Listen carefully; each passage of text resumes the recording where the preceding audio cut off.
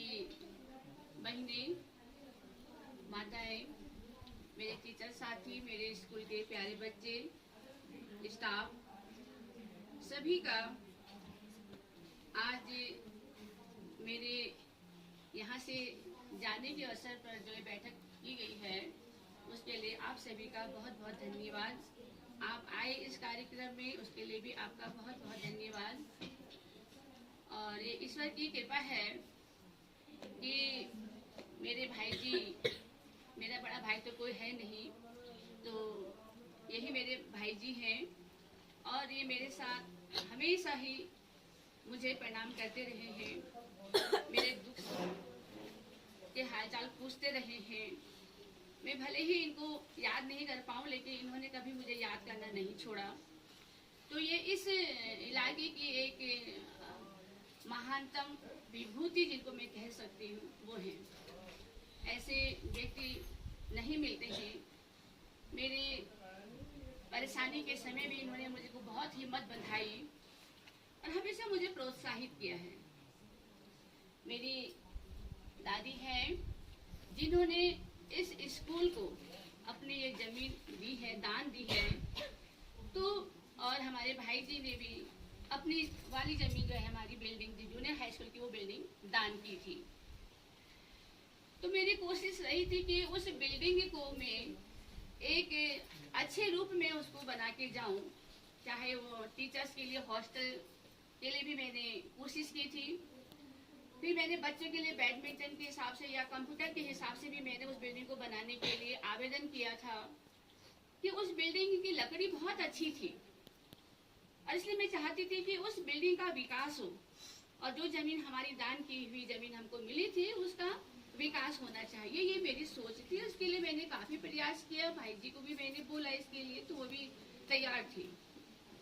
लेकिन और 2 बार उस बिल्डिंग में आग भी लग चुकी थी और मैंने एक सरस्वती का घर मानकर उस बिल्डिंग को मैंने आग से बचाया, जिसमें मेरे स्टाफ ने भी मुझको सहयोग किया था। लेकिन आज ये दुर्भाग्य रहा कि वो बिल्डिंग आज जल के राख हो गई। जिस दिन मुझे इसकी जानकारी मिली मुझे बहुत दुख हुआ था। तो बच्चों, हमेशा शिक्षा का जो मंदिर है वो कभी नष्ट नहीं होना चाहिए, इस बात का ध्यान रखना। जिस विद्यालय में आप पढ़ रहे हैं और फिर दूसरे विद्यालय में आप चले जाते हैं तो हमेशा अपने विद्यालय के गौरव को बना के रखोगे, उसके मान सम्मान को बनाकर रखोगे और जितना हो सकता है उसके विकास में सहयोग करो। आप ऊंचे पदों पर जाएंगे पढ़ने के लिए तो आपसे जितना हो सकेगा आप इस स्कूल के विकास में मदद करिए। कितने ही लोग ऐसे हैं कि जो IAS PCS बन जाते हैं और फिर वे अपने इस स्कूल से पढ़ के जाते हैं, उन स्कूलों में सहयोग करते हैं। तो मैंने किया है अपने इस स्कूल के लिए कि जब भी बजट की कोई कमी पड़ती थी तो मैं अपने स्तर से मैं उस कार्य को पूरा करती थी। मैंने कभी कार्य को अधूरा नहीं छोड़ा है। तो देखो, बिल्डिंग ऐसी चीज होती है वो हमेशा मेंटेन करनी पड़ती है। आप मेंटेन नहीं करोगे तो ये फिर अगले साल ही क्या हो जाएगी, खराब हो जाएगी। तो इसलिए इसको मेंटेन करना पड़ता है। तो इसके लिए बेटा आप लोगों को अपने घर में भी ध्यान रखना है। शिक्षा मंत्री जी से, आपके मुख्यमंत्री जी से, आपके पौड़ी के हमारे अपर शिक्षा निदेशक, मुख्य शिक्षा अधिकारी जी से, है ना, और अन्य संस्थाओं से जो पुरस्कार प्राप्त करके इस विद्यालय का मान बढ़ाया है, आपको उसी तरीके से इस विद्यालय का क्या करना है, मान बढ़ाना है। कभी भी जिंदगी में किसी भी घटना से या किसी भी परेशानी से घबराना नहीं है, उसका मुकाबला करना है। कई लोग ऐसे होते हैं कि आपको ऐसी स्थिति में छोड़ देंगे कि आप क्या कर सको, आप अपना जीवन छोड़ने के लिए तैयार हो जाओगे। कभी कभी ऐसी परिस्थितियां भी आती हैं, तो उस परिस्थिति में आपने क्या करनी है, हिम्मत रखनी है।